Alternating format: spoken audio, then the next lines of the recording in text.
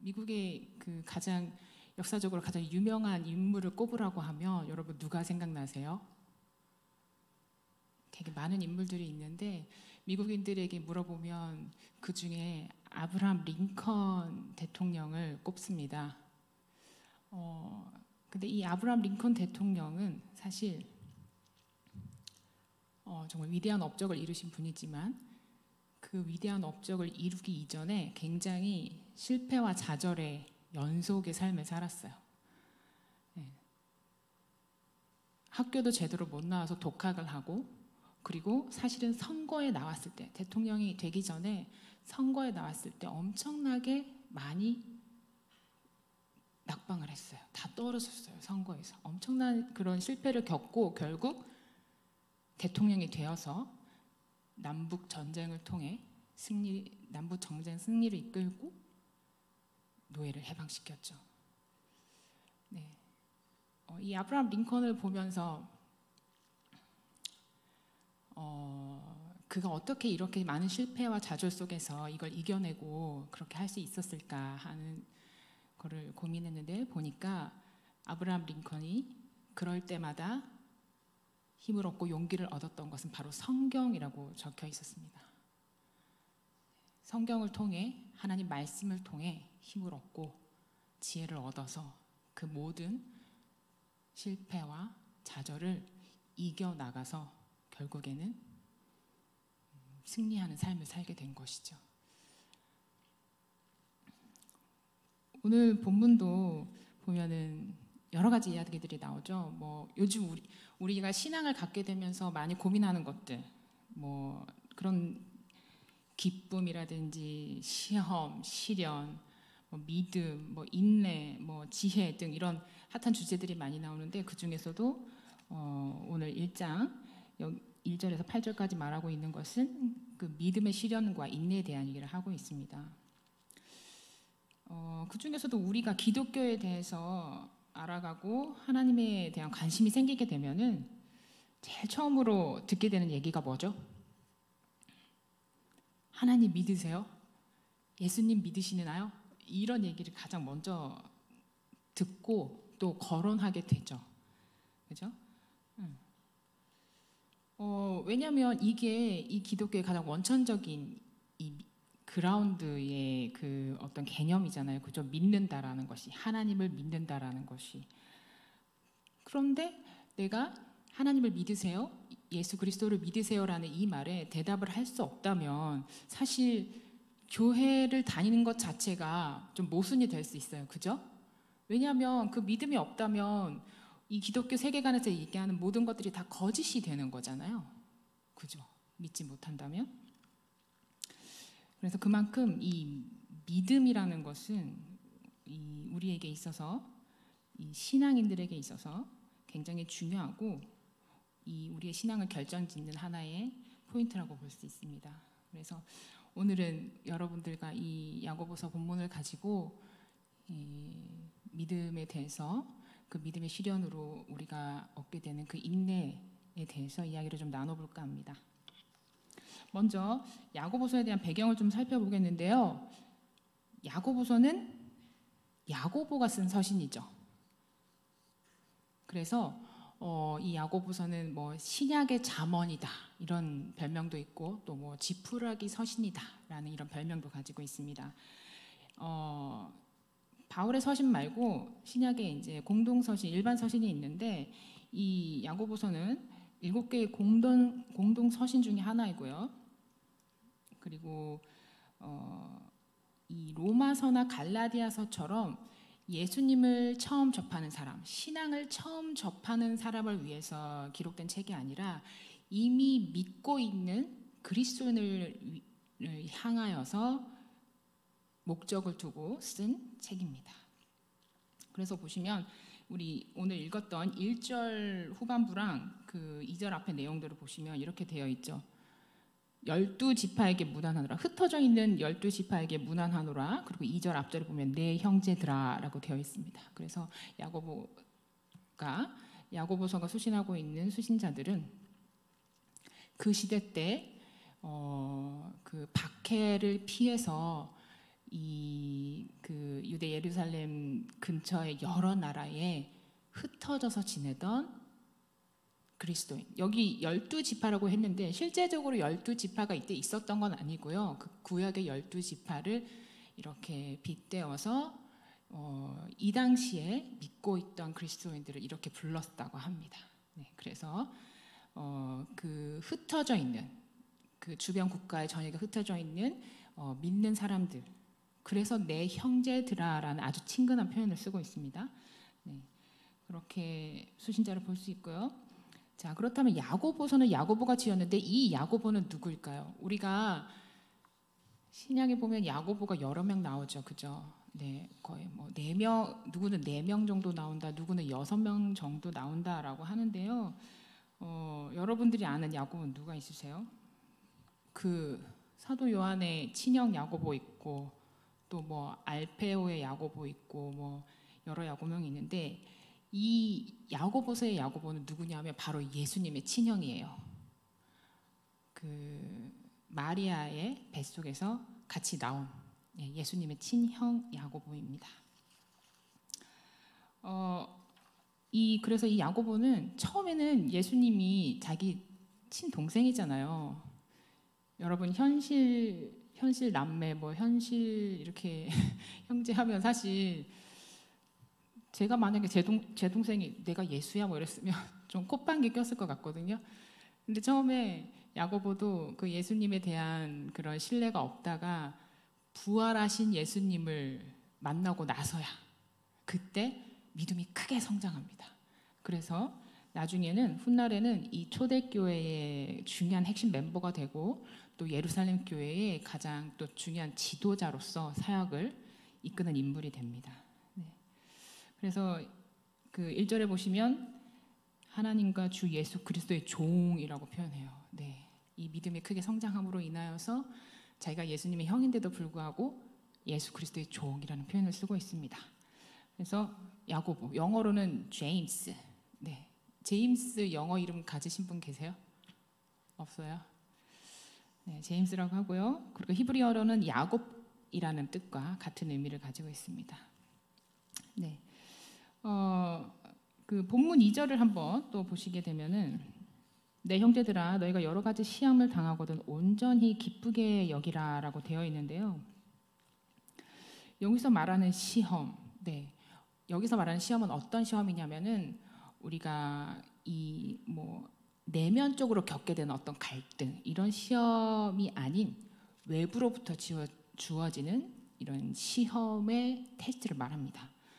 그래서 실제적 상황이나 상태에서 생기는 그런 어려움을 이야기하는데요. 사실 우리가 인생을 살다 보면 이런 어려움이나 고난, 시험이 한 번만 있는 건 아니죠. 그죠? 사람마다 좀 격차가 있겠지만 아마 우리가 뭐 80년, 100년 인생을 산다고 하면은 네, 이런 여러 번의 이런 시험이 우리 삶에 있게 되는데요. 이 시험에 대해서 베드로가 또 한 말이 있습니다. 베드로는 시련이 많을수록 시험이 많을수록 하나님의 은혜 역시 풍부하게 나타난다라고 고백하고 있는데요. 그래서 이 2절에 온전히 기쁘게 여기라 이 말은 시련이 피할 것이 아니라는 것입니다. 네, 왜냐하면 이 시험으로 인하여서 우리는 하나님의 은혜를 풍성하게 누릴 수 있기 때문입니다. 네, 그래서 이렇게 온전히 기쁘게 여겨라라고 권면을 하고 있고요. 그리고 3절에 보시면 이는 너희 믿음의 시련이 인내를 만들어내는 줄 너희가 알미라라고 되어 있습니다. 이 온전히 기쁘게 여겨야 되는데 왜 기쁨에 여겨야 되는지 그걸 설명하고 있어요. 너희의 믿음의 시련이 인내를 만들기 때문이다 라고 되어 있는데 여러분 만약에 내 주변에 굉장히 어렵고 힘든 상황에 있는 사람이 있다고 가정해 봅시다. 그 사람이 막 갑자기 너무나 사랑하던 사람을 잃어버렸어.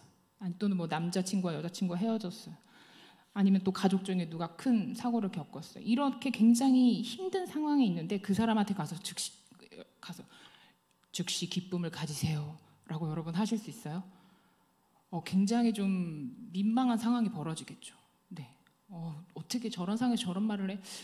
라고 우리 인간적으로 봤을 때 네, 그런 무모한 권변이 될 수도 있습니다. 하지만 야고보는 우리의 이 신앙의 삶 가운데에 예수 그리스도가 주시는 그 믿음으로 인하여서 이 시련을 이겨내고 그 시련으로 말미암아 우리가 인내하는 삶을 살게 되는 그런 결과론적인 승리의 그런 상황을 지금 약간 종말론적으로 미래적으로 이야기하고 있는 거거든요. 왜냐? 결국은 우리가 여기서 실패와 좌절을 하는 것이 아니라 하나님이 말씀하시는 예수 그리스도가 우리를 위하여 이 땅에 오신 그 이유가 목적이 달성되는 거잖아요. 네, 그런 차원에서 기쁨으로 여겨라 라고 이야기하고 있습니다. 근데 또 이것은 야고보의 말이 아니라 예수 그리스도, 예수님의 명령이기도 합니다. 마태복음 5장 11절에서 12절에 나와 있는데요. 제가 한번 읽어드리겠습니다. 나로 말미암아 너희를 욕하고 박해하고 거짓으로 너희를 거슬러 모든 악한 말을 할 때에는 너희에게 복이 있나니 기뻐하고 즐거워하라. 하늘에서 너희의 상이 큼이라. 너희 전에 있던 선지자들도 이같이 박해하였느니라. 아멘. 야고보는 복음서에 나온 예수님 말씀을 그대로 자신의 사역에 적용시켰어요. 그대로 비추고 있습니다. 우리도 야고보처럼 이렇게 예수님의 제자로 매일매일 살아가고 있지 않습니까? 근데 이런 삶을 살아갈 때 우리가 저기 아주 먼 해외 이렇게 막 선교를 나가서 막 거기에서 우리가 시험을 당하고 고난을 받았을 때 막 기쁘고 막 그렇게 하는 것이 아니라 그냥 우리 일상 가운데서 가장 가까이에 있는 사람으로부터 겪는 가까이에서 벌어지는 그런 일상의 어려움과 시험이 있어요. 그죠? 그 시험 가운데서도 우리가 절망하지 않고 실망하지 않고 낙심하지 않고 하나님을 주시는 기쁨을 누리라고 예수님은 명령하고 있으신 것입니다. 마태복음에. 그래서 우리는 이 말씀으로 인하여 예수님의 명령으로 인하여 하나님이 주시는 이 기쁨을 미리 맛볼 수 있다는 것입니다. 자, 근데 여러분 우리가 이렇게 믿음의 시련이 인내를 만들어낸다라고 되어 있고 우리 안에 인내가 있어야 된다라고 이렇게 들었는데 만약에 우리 안에 인내가 생기지 않는다면 나는 믿음이 있는 것 같은데 인내가 별로 있는 것 같지는 않다. 이럴 때는 우리가 어떤 상태에 놓이게 될까요? 여러분 생각해 보신 적 있으세요? 뭐 인내는 모르겠고 믿음만 있으면 되는 거 아닌가요? 네, 이렇게 또 단순하게 생각할 수도 있죠. 네. 하지만 인내를 이룰 때에 우리 안에 주어지는 그 그리스도가 주시는 성숙이 있어요. 성숙의 단계가 있는데 쉽게 말하면 그냥 이건 성령의 열매와 비슷한 겁니다. 성령의 열매 9가지 아시죠? 뭐 사랑, 희락, 화평, 오래 참음, 뭐 양선, 충성, 온유, 절제 아시죠? 네. 근데 이 성령의 열매와 같은 이런 하나님이 주시는 이 성숙함, 온전함이 우리 안에 자리 잡지 못하면 우리 안에는 뭐가 자라게 되냐면 욕망이라는 게 자라나게 돼요. 욕망. 성경에는 정욕이라고 하죠. 정욕이라고 표현되어 있는데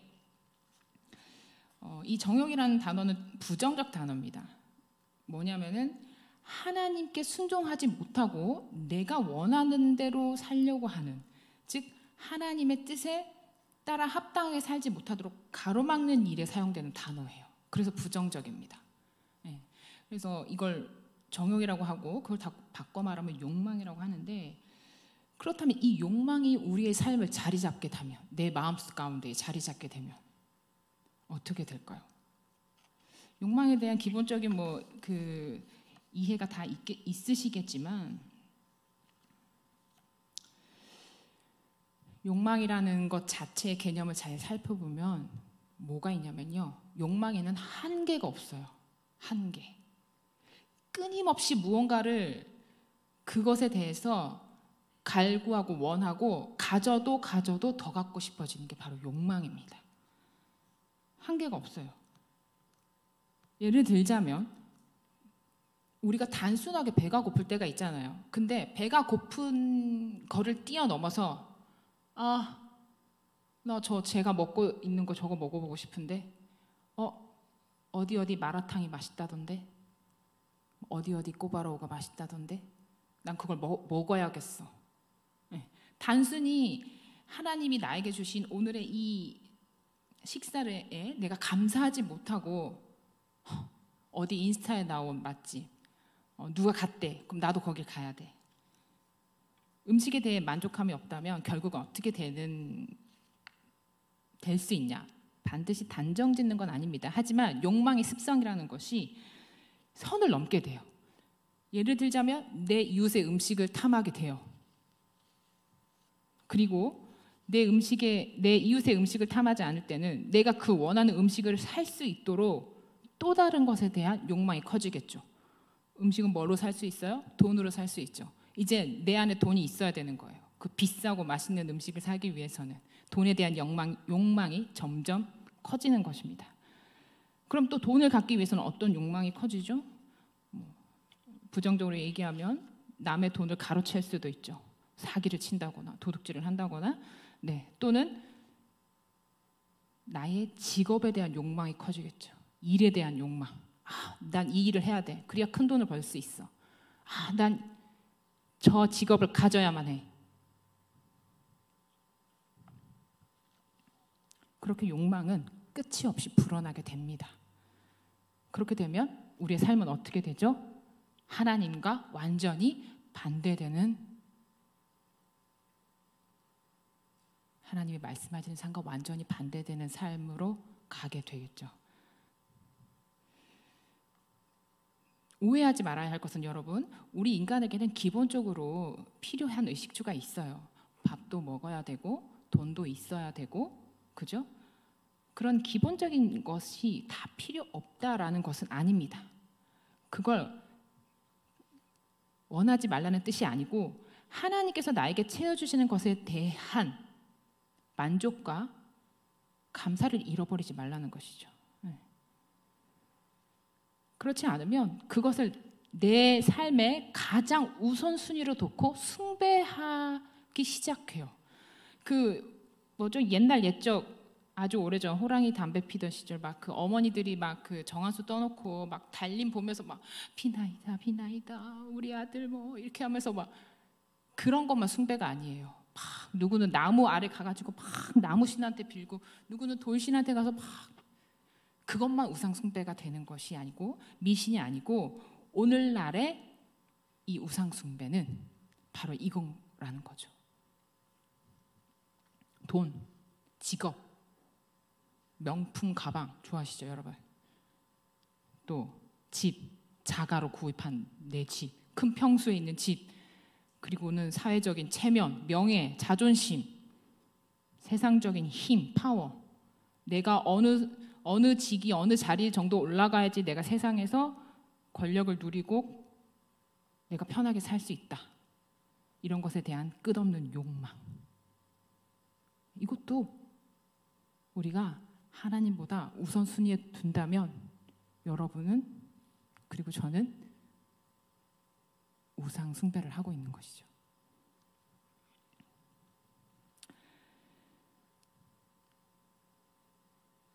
여러분, 사랑하는 대덕감빛교회 청년대학부 여러분, 그래서 우리는 우리 삶에 대한 점검이 필요합니다.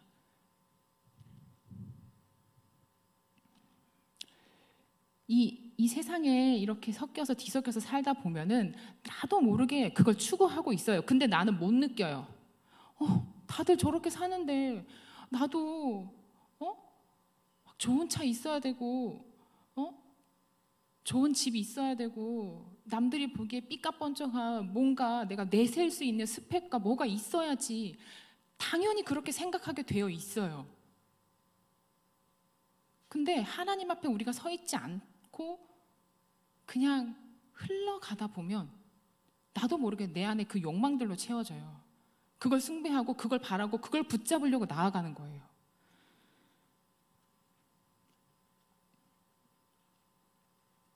이 욕망의 배후에는 사단이 있습니다.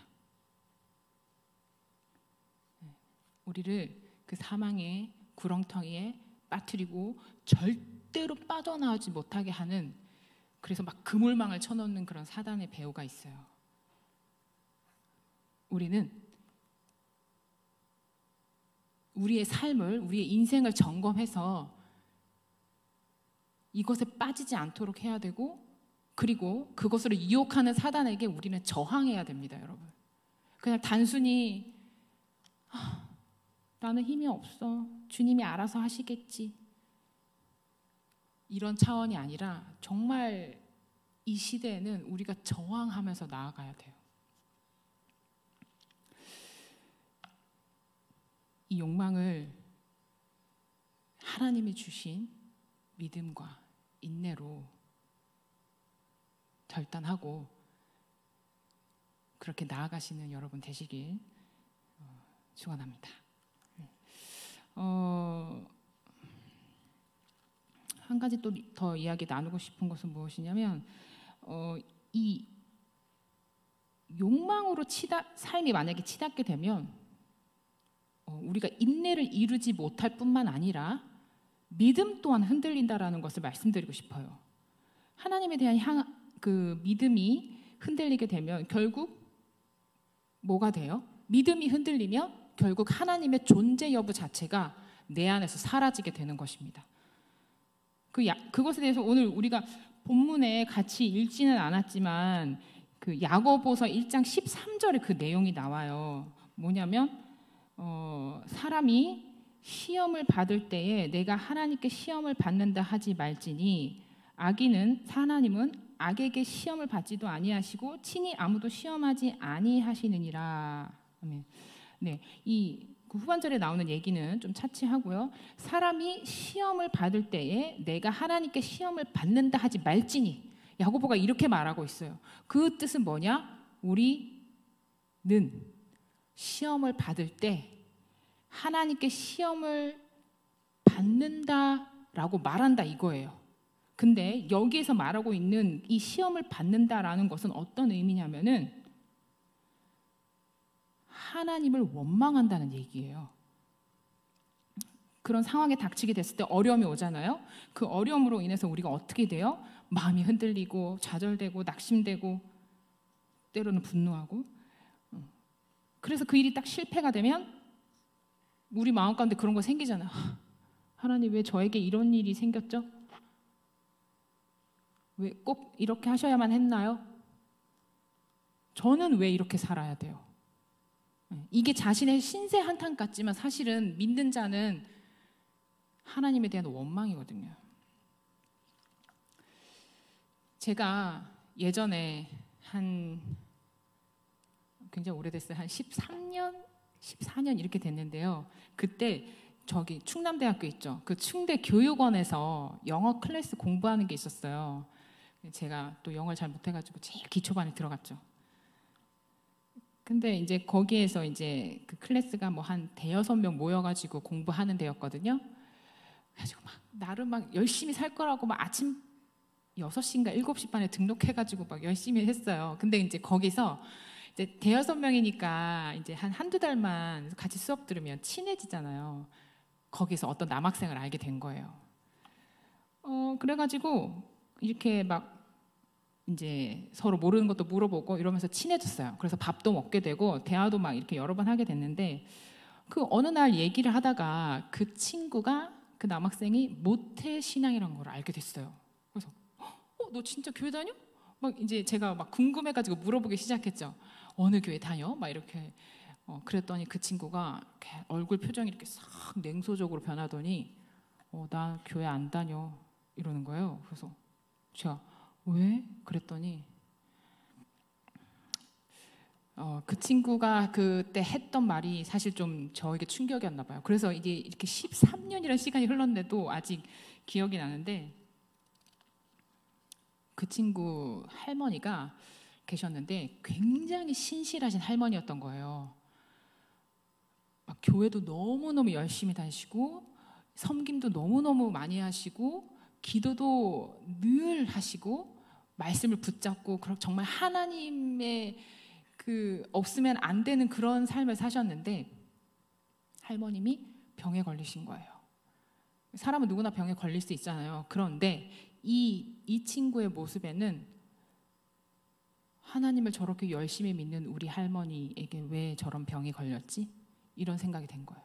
그리고 두 번째는 할머니가 너무너무 극심한 고통 중에 투병 생활을 하신 거예요. 말할 수도 없는 극심한. 그걸 옆에서 이 친구가 다 보면서 할머니를 굉장히 따르고 좋아했었는데, 고통스러워하시고 힘들어하시는 할머니를 보면서 어떻게 하나님이 이러실 수 있어, 우리 할머니에게? 원망하고 비난하기 시작한 거예요. 그렇게 원망과 비난이 처음에는 기도로 이어졌지만 결국엔 정말 하나님이 계신 걸까? 계시다면 우리 할머니를 이렇게 그냥 내버려 두실 수 없는데,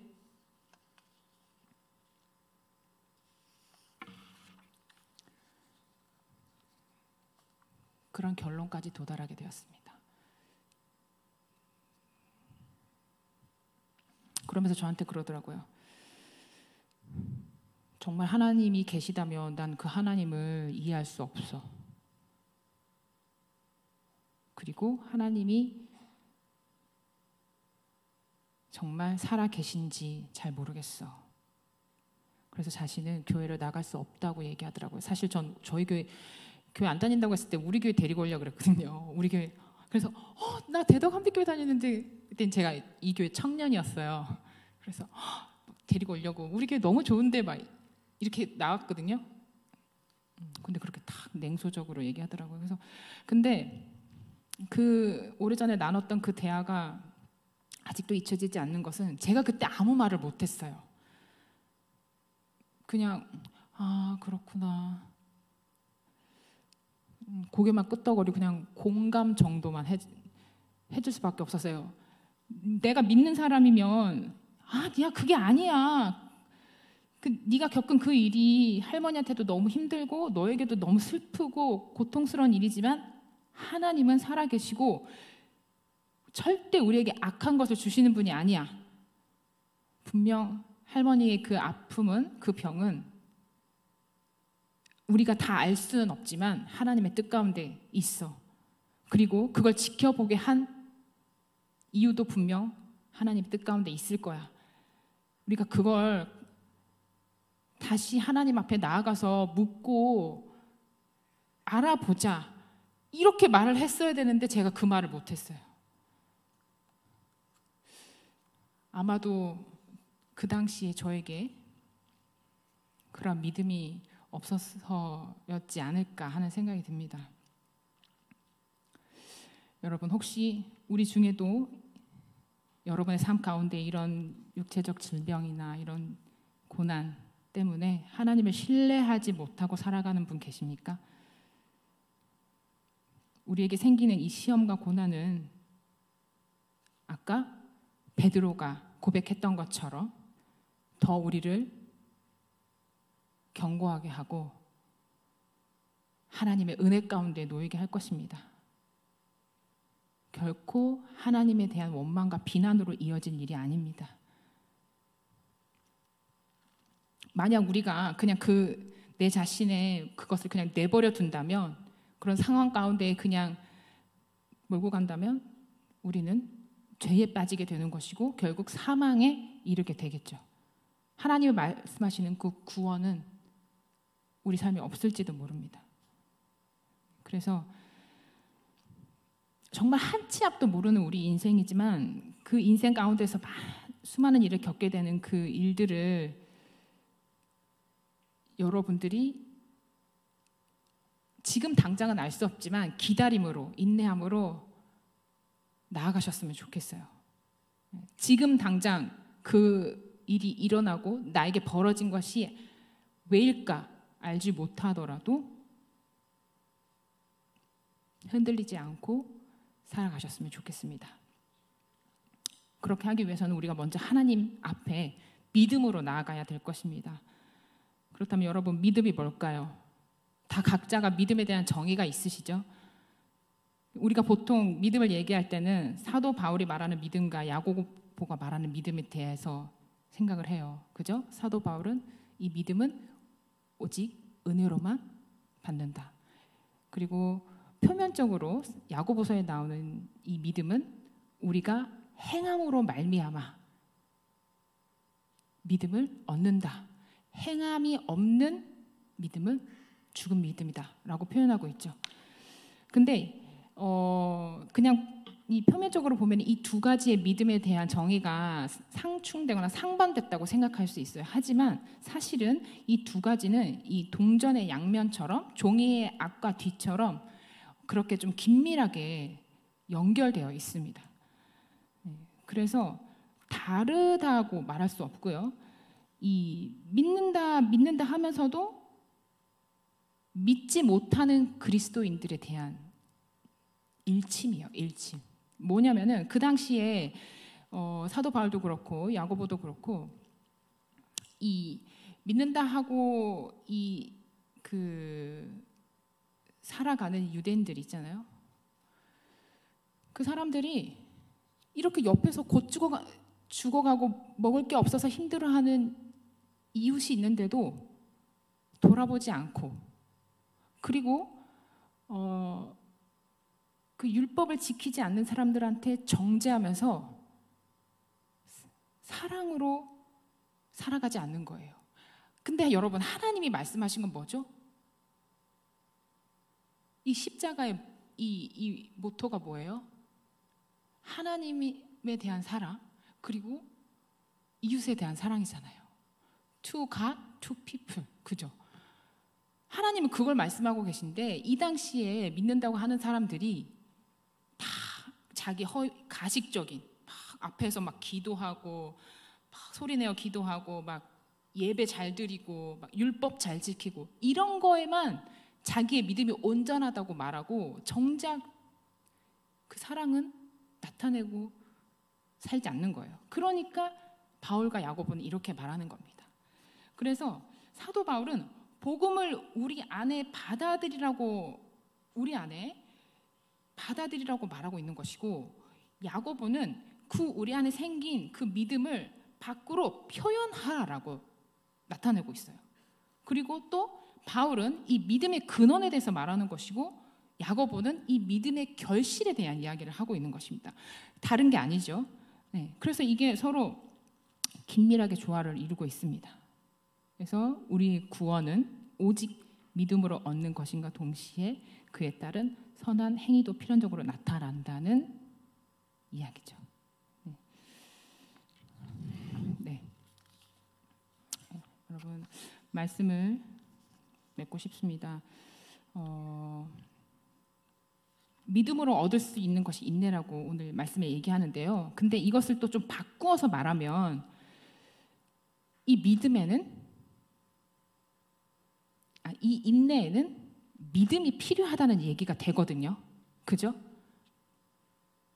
인내에는 믿음이 필요하다. 그렇다면 우리는 온전한 믿음을 가져야겠죠. 온전한 인내를 이루려면 온전한 믿음을 가져야 한다는 것입니다. 그런데 이 초기 종교계 개혁자들도 얘기했지만 율법을 지키는 것보다 믿음 지키는 게 더 어렵다 라고 자주 이야기를 합니다. 여러분도 그러시지 않아요? 주일 예배 잘 나오고 꼬박꼬박 그 목장 모임 잘하고 술 담배 안 하고 하나님이 하지 말라는 거 안 하고 그리스도인으로서 지켜야 되는 그런 어떤 덕목, 그런 거는 다 지켜요. 하지만 그렇다고 해서 그 사람 안에 정말 하나님에 대한 믿음이 존재하는가? 그건 우리가 몰라요. 그죠? 그것으로 우리가 저 사람 신실해, 저 사람 정말 믿음이 강한 친구야, 이렇게 할 수 없다라는 거죠.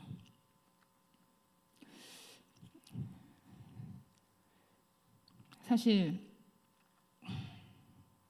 제가 이 설교를 준비하면서 내가 이 본문을 왜 선택했을까? 너무 설교 못하겠다 이런 생각을 사실 했어요. 지난주 내내. 왜냐하면 너무너무 믿음이 바닥나 있는 제 자신이 보이는 거예요. 내가 이렇게 믿음이 바닥나 있는데 내가 앞에 나가서 어떻게 여러분 믿음을 가지십시오. 어떻게 이렇게 선포를 하지? 이런 생각이 막 하루 종일 막 드는 거예요. 그래서 사실 제가 이런 얘기를 여러분들에게 하지만 지금 말하고 있는 이 순간에도 사실 저한테 이 말이 그 창 있잖아요. 창으로 제 몸속에 있는 이 폐부를 이렇게 깊숙이 팍 찌르는 느낌이거든요.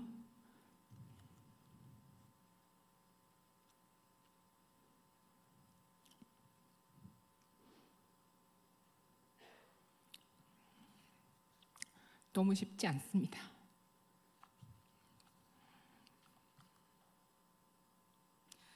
그러나 여러분, 이 창으로 찔림이 우리를 살리는 거라고 생각해요.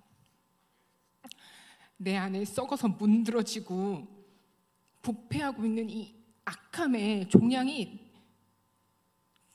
떼어지고 발견되어지는 순간입니다, 여러분. 하나님은 그 부분을 딱 찌르고 있는 거예요, 여러분. 찔리는 것을 두려워하지 마시고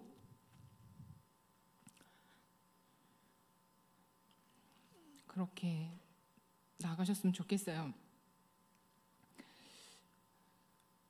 아까도 말했지만 우리가 내 인생이 정말 하나님 앞에 정확하게 살아내어지고 있는지를 우리는 정확히 모를 수가 있어요. 여기 야고보서에 말하는 8절 말씀에도 두 마음을 품어서 이것도 저것도 정한 것이 없는 것이니라 이 말처럼 우리가 내 가운데 두 마음을 품고 살고 있는지도 몰라요. 그래서 막 이것도 저것도 정확하게 못 정하고 이랬다가 저랬다가 여러분 우리의 청년의 때는 특히나 고민이 많을 때잖아요. 그죠? 그러니까 내가 세상적인 거 막 갖다가 또 아니야 막 하나니까 갖다가 우리가 이렇게 허우적 될 수 있다라는 거죠. 부정적으로 말씀드려서 죄송합니다만은 옳게 분별하고 깨어있기가 사실 쉽지 않다는 말을 드리고 싶습니다. 그래서 이 하나님이 주시는 그 찔림 가운데 아브라함 링컨이 실패와 좌절 속에서 있을 때마다 하나님의 말씀을 붙들고 나아갔던 것처럼 여러분도 말씀 가운데 나아가시고 기도 가운데 나아가셔서 이 믿음을 수호하시기 바랍니다. 바울이 말하는 믿음, 야고보가 말하는 그 믿음을 붙잡고 그렇게 살아가시는 우리 대덕한빛교회 청년대학부 여러분 모두가 되시길 소망합니다.